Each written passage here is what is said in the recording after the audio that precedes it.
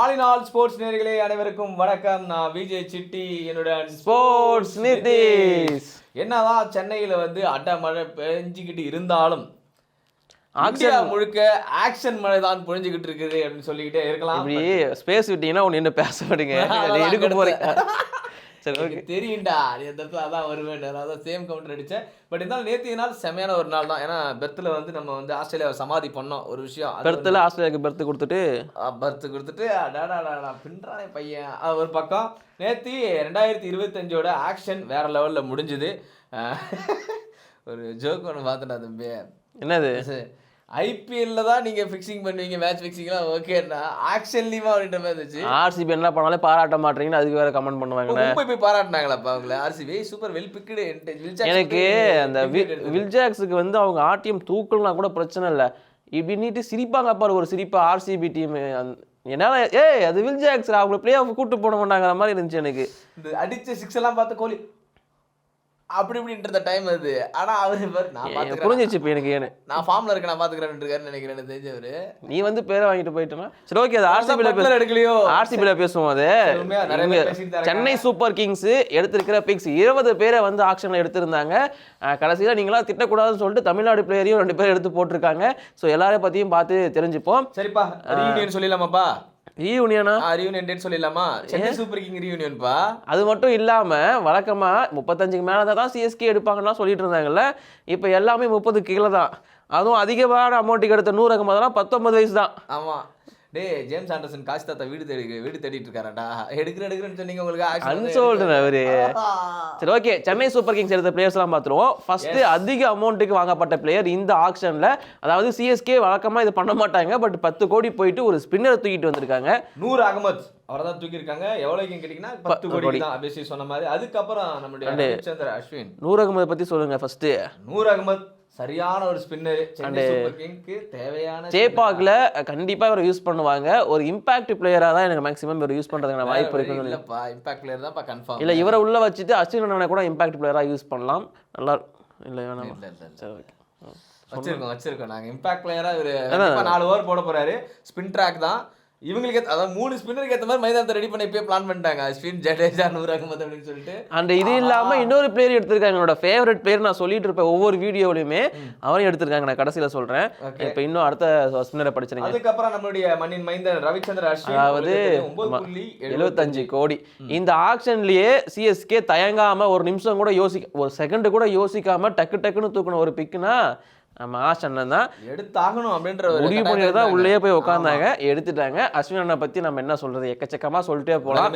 மண்ணின் மைந்தன் அவ்வளவுதான், வந்தாச்சு. அண்ணனுக்கு ஒரு வாழ்த்துக்கள். அடுத்து டிவான் கான்வே. இது இவர் இங்க எடுக்கலனா தான் நம்ம ஆச்சரியப்பட்டிருக்கணும். அவருக்கு தான் ஆர்டிஎம் யூஸ் பண்ணி வச்சிருந்தாங்க. நம்ம எல்லாருமே ப்ரிடிக்ட் பண்ண ஒரு விஷயம், சிஎஸ்கே தான் பண்ண போறாங்கன்னு தெரிஞ்சிருச்சு, டிவான் கான்வே அவங்க எடுக்க போறாங்கன்னு தெரிஞ்சிருச்சு. ஆனா எந்த டீம்ஸுமே அவர் கேட்கல அப்படிங்கும் போது எனக்கு டிசப்பாயின்மெண்ட் தான்.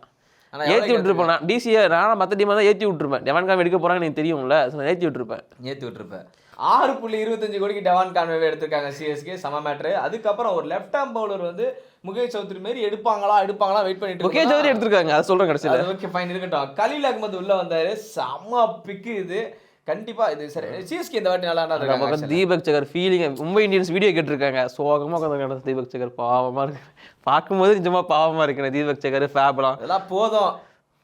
எனக்கு என்னமோ ஆடி போன வருஷம் ஜெயிக்கும் போது தோனிட்டு எல்லாத்தையும் ஆட்டோகிராஃப் வாங்கினார். அப்பயே தெரியல உனக்கு, நான் சீக்கிரம் வேற டீம் போக போறேன், எனக்கு நீங்க இப்பயே சைன் அப் பண்ணி கூட அனுப்பிச்சுடுங்க அப்படின்னு சொல்லி தான் ஆட்டோகிராஃப். அது மும்பை இந்தியன்ஸை பத்தி நான் பேசும்போது சொல்றேன், அந்த பவுலிங் அட்டாக் வேற லெவலில் இருக்கு. ஸோ இப்போ அடுத்த பிளேயரை பத்தி சொல்லிருக்கேன், கலீல் அகமது. ஓகே, கலீல் அகமது வந்து பாத்தீங்கன்னா 4.80 கோடிக்கு ஏலம் இருக்காரு. அதாவது ஏலம் வாங்கப்பட்டிருக்காரு சிஎஸ்கே. சூப்பர். நெக்ஸ்ட் வந்து பாத்தீங்கன்னா ரச்சின் ரவீந்திரா. இதுவும் தெரிஞ்ச விஷயம் தானே. ஆல்ரெடி கூப்பிட்டு ப்ராக்டிஸ்லாம் பண்ண வைக்கிறீங்க. நியூசிலாந்து டீமுக்கு ப்ராக்டிஸுக்கு இவங்க பண்ண வைக்கிறாங்க, அப்போ சிஎஸ்கேக்கு பண்ண வைக்க மாட்டாங்களா? 4 கோடிக்கு ரச்சின் ரவீந்திரா. அதான் இதுவும் தான் ரச்சின் ரவீந்திரா எடுக்க போறாங்கன்னு தெரியும். ஆனா இவருக்குமே பெருசா போல. அடுத்ததான் ஒரு பிளேயர் சொல்ல போறீங்கன்னு நினைக்கிறேன், ராகுல். ஓகே, நெக்ஸ்ட் வந்து பாத்தீங்கன்னா ராகுல் திரிபாதி. நம்பர் 4ல ஆடுறதுக்கு அம்பேத்கர் மாதிரி ஒரு பிளேயரை கண்டுபிடிங்கன்னு சொன்னேன், கரெக்டா கண்டுபிடிச்சாங்க. ராகுல் திரிபாதி எடுக்க போறாங்கன்னு நமக்குமே தெரியும். சின்ன யூடியூபர்ஸ் வரைக்குமே ப்ரெடிக்ட் பண்ணிட்டாங்க ராகுல் திரிபாதி சிஎஸ்கே எடுக்க போறான்னு சொல்லிட்டு. ராகுல் திரிபாதி, ரச்சின் ரவீந்திரா, டிவான் கான்வே 3 பேருக்கு தான் டார்கெட் பண்றாங்கன்னு தெரிஞ்சிருச்சு. 3 பேரையும் 13 கோடி கொடுத்துருக்காங்க சிஎஸ்கே கிட்ட. அவ்வளவுதான், பரவாயில்ல. இது மிகப்பெரிய ஆக்ஷன் மிஸ்டேக் நான் பாக்குறேன். அதாவது மற்ற டீம்ஸ் நினைச்சிருந்தா அந்த ரேட் எல்லாம் ஏத்தி விட்டுருக்கலாம். அதுதான் சிஎஸ்கேவோட 40 கோடி எடுத்திருக்காங்க. யார ராகுல் திரிபாதி அதான் ஒட்டுமொத்தமா 13 கோடிக்கு 3 பேர் எடுத்துட்டாங்க. அது முக்கியமான 3 பிளேயர்ஸ் 11ல ஆடக்கூடிய 3 பிளேயர்ஸ். அத சொல்லு. நெக்ஸ்ட் வந்து பாத்தீங்கன்னா இவர் என்னோட ஃபேவரட், உனக்கும் அவர்தான் ஃபேவரட் நினைக்கிறேன். நல்லா பல வாட்டி சொல்லிருக்கேன். அன்சுல் கம்போஜ் கிட்டத்தட்ட 3.40. அதாவது தீபக் சகாரை தூக்கி மும்பை கிட்ட கொடுத்துட்டு அங்க இருந்து அன்சுல் கம்போஜ் வாங்கியிருக்கோம் நம்ம. இது நல்ல விஷயம் தான். ஆமா, அன்சுல் கம்போஜ் என்ன பொறுத்த வரைக்கும் ஒன் ஆஃப் த பெஸ்ட் பிக்னு சொல்லுவோம். அதுவும் 3 கோடியே 40 லட்சங்கிறதுலாம் ரொம்ப ரொம்ப கம்மியாகுது மனுஷனுக்கு. ரீசெண்டா ரஞ்சி டிராஃபில ஒரே இன்னிங்ஸ்ல 10 விக்கெட் எடுத்தாருன்னு சொல்லி ஒரு பிளேயர் ஃபேமஸ் ஆனார் இல்லையா, அவர் தான் இவர். ஸோ அன்சுல் கம்போஜை பொறுத்த வரைக்கும் ரீசெண்ட் பெர்ஃபார்மன்ஸ் தெரியா இருக்கு. கண்டிப்பா ஒரு நல்ல பிளேயர், 11ல ஆடக்கூடிய தகுதியுடைய பிளேயர், கண்டிப்பா அவர் ஆட வைப்பாங்க. நெக்ஸ்ட் வந்து சாம் கரன், சுட்டி குழந்தை. இதுக்கு முன்னாடி நம்ம டீம்ல ஆடும்போது அந்த பேர் அவருக்கு வந்துச்சு. இங்கேயும் அதே தான் நான் எடுத்துக்க போறேன். சுட்டி குழந்தைய சிஎஸ்கே தூக்குவாங்கன்னு சின்ன குழந்தைக்கு கூட தெரியும். அவன் எவ்வளவு கொடுத்துருக்காங்க பாருங்க. சுட்டி குழந்தை எங்க இருக்கீங்க, இந்த வாங்க. சுட்டி குழந்தைக்கு 2.40 கோடிக்கு. டேய், போன ஐபிஎல்ல 18 கோடிக்கு மேல போறவன்டா. பாவிக்கலாம் விடுங்க, சிஎஸ்கே எடுக்க போறாங்கன்னு ஊருக்கே தெரியும்ல. சொன்ன மாதிரி குழந்தை கூட தெரியும்ல. சரி, ஓகே, இது மற்ற டீம்ஸ் பிளான் பண்ணிருக்கலாம். நான் எடுத்து நான் படிச்சதுக்கு அப்புறம் குர்ஜப்னீத் சிங் 2 கோடியே 20 லட்சம், பேஸ் பிரைஸ் 30 லட்சத்துலேருந்து போய் எடுத்துட்டு வந்திருக்காங்க. இது கொஞ்சம் ஒரு நல்ல பிக்காக தான்ப்பா பார்க்குறேன். எடுத்துட்டு போகலாம் இந்த அமௌண்ட்டுக்கு. பஞ்சாப் வம்சாவளியை சேர்ந்த ஒரு தமிழ்நாடு பிளேயர், தமிழ்நாடுக்காக தான் இப்போ ஆடிட்டு இருக்காரு. ஸோ அதனால நல்ல பிக். இவர் மாதிரி ஒரு சிங் பவுலர் இங்கே இருந்தால் சென்னை சூப்பர் கிங்ல தெரியல உனக்கு, சிம்ரஜித் சிங்னு ஒருத்தர். ஆமாம், அவர் நம்ம வேற டீமுக்கு தாரவா. ஆனால் அவரை விட இவர் பெட்டர் பிளேயர். அதனால தான் இவருக்கு போயிருக்காங்க இந்த அமௌண்ட்டுக்கு. நீ கேட்டால் பெஸ்ட் பிரைஸ். இன்னொன்று நீங்கள் குறை சொல்லக்கூடாது, எங்கடா தமிழ்நாடு பிளேயர்னு கேட்பீங்க வந்து. அதுக்காக தான் நிறைய தமிழ்நாடு பிளேயர் உள்ள இருக்காங்களே. விஜய் சங்கர்ல உட்கார்ந்துக்கு இருக்காரு, உள்ளே ஆடுவார் அவரு. பார்க்க தானே அவர் மற்ற டீம்ல தான் அப்படி, இங்கெல்லாம் வந்து அடிப்போம். ஜெகதீஷ் எல்லாம் உட்கார வைக்க நான் பார்த்துட்டு தான். சரி, ஓகே. அடுத்து நேதன் எல்லிஸ் 2 கோடிக்கு எடுத்திருந்தாங்க.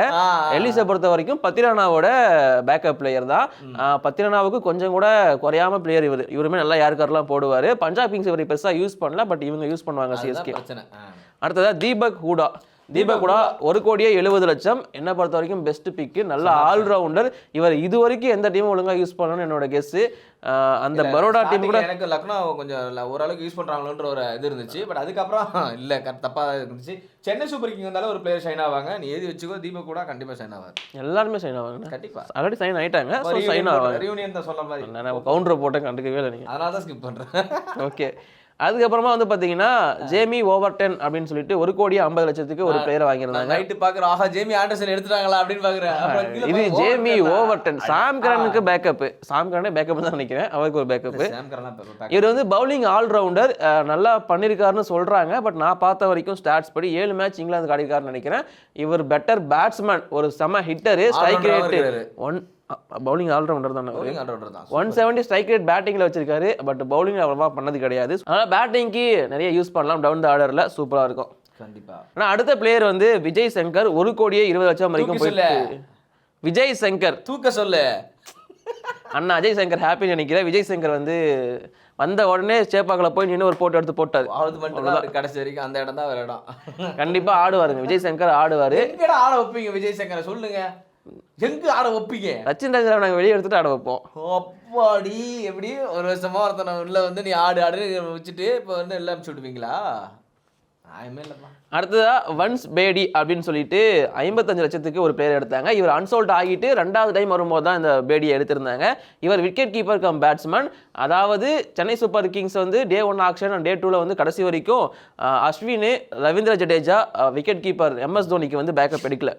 ஸோ அதனால் வன்ஸ் பேடி இன்னொரு பிளேயர் எடுத்திருக்காங்க பேக்கப்புக்கு. ஆனால் பேக்கப்லாம் இல்லை, அவருக்கு இவர் ஈக்குவல் கிடையாதுன்னு. அம்மா வந்து நில்லுப்பா.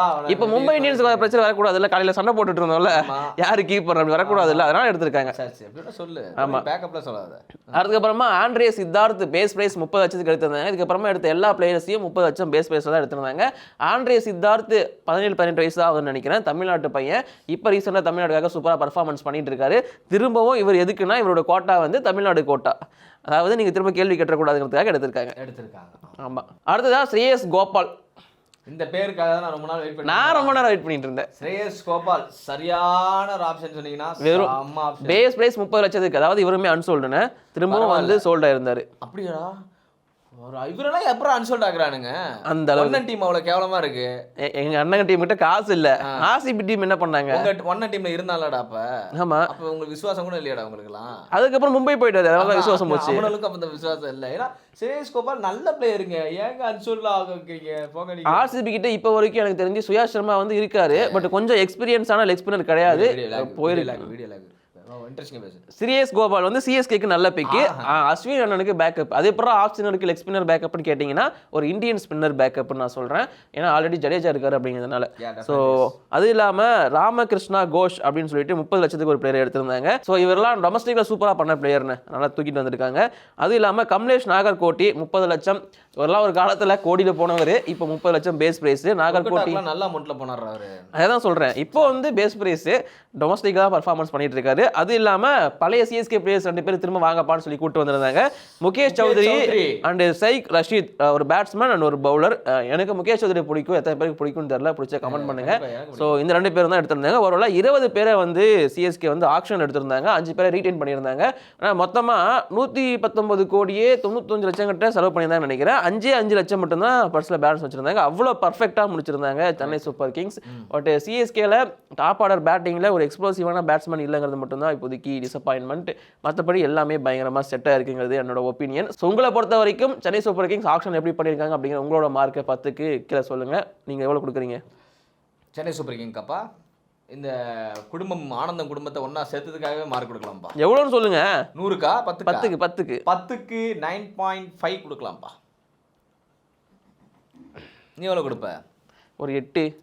ஏன் இது என்ன சூப்பர் கிங் என்னடா குறைச்ச? இதுக்கப்புறம் என்னடா வேணும் அந்த டீமுக்கு? அவங்களுக்கு கோர் டீம் பக்காவா ரெடி பண்ணி அப்படியே எடுத்து வச்சிருக்காங்க. பக்காவா ரிசல்ட் ஒரு இப்போ நான் விஜய் சங்கர், தீபக் கூட, ரச்சின் ரவீந்திரா ஸ்கிப் லிஸ்ட் பேர் சொல்லும் போதெல்லாம் இவங்க எங்க பிளேஸ் பண்ணுவேன்? ஸ்கிப் லிஸ்ட் சொன்னீங்க. இப்போ சொன்னீங்க பாத்தீங்கன்னா ஸ்கிப். அப்படி பண்றவங்க எதுக்கு எடுத்துக்கணும்? 23 பேர்ல 11 பேர் தான் எனக்கு தேவை ஆடப்போது. அதுல 11 பேக்கப்ல நான் 4 பேர் வச்சுக்கிறேன். 15 பேர் தேவை. இந்த 23ல 15 தேராதா? ஓகே, எனக்கு வந்து அதாவது அஸ்வினுக்கு ப்ராப்பரான ஒரு ஆஃப் ஸ்பின்னர் பேக்கப் கிடையாது. ரவீந்திரா ஜடேஜாவுக்கு ஒரு பேக்கப் கிடையாது. தோனிக்கு ப்ராப்பரான ஒரு பேக்கப் கிடையாது. ஒன்ஸ்பேட் இருக்காரு, பட் அவருமே யங்ஸ்டர். ஸோ இந்த மாதிரியான சில மிஸ்டேக்ஸ். அண்ட் சிஎஸ்கேவோட பேட்டிங்கில் டாப் ஆர்டரில் எல்லாருமே ஸ்லோவாக ஆடக்கூடியவங்க. கான்வே, ருத்துராஜ், ராகுல் திரிபாதி எல்லாரும் கொடுக்கக்கூடியவங்க. Slow innings ஆடக்கூடியவங்க. வான்கடையோலையோ இல்லை சின்னசாமி ஸ்டேடியோலையோ ஆடும் போது தெரியும் சிஎஸ்கேவோட அந்த பேட்டிங் எவ்வளோ சொல்ல பார்க்க ஆர்சிபி கட்சி. ஓகே பார்க்குறேன். உங்கள் இடத்துல நீங்கள் ஒழுங்காக ஆடுங்க. எனக்கு இது புரியவே இல்லை. நான் ஆர்சிபி வீடியோ பண்ணால் ஆர்சிபி ஹேட்டரு, சிஎஸ்கே வீடியோ பண்ணால் சிஎஸ்கே ஹேட்டரு. எல்லா டீமுக்கும் நான் ஹேட்டர் தானே இப்போ. சீரியஸ். ஓகே 25 பேர் தான் ஆக்ஷன்ஸில் எல்லாருமே எடுப்பாங்க. பட் டீமுக்கு தேவை 16 பேர் தான். அந்த 16 பேர் இந்த 25 பேரில் நல்லாவே சாலிடாக எடுத்து வைக்க முடியும். சிஎஸ்கே அவங்க கோர் டீமை சூப்பராக ரிட்டைன் பண்ணியிருக்காங்க. சூப்பராக நல்லாவே இருக்கு. நீங்கள் வெயிட் பண்ணுங்க. இந்த சீசன் செம்மையான சீசன் தான். கண்டென்ட் பெருசாக போகுது. கட்டு ஆர்சிபி கட்டு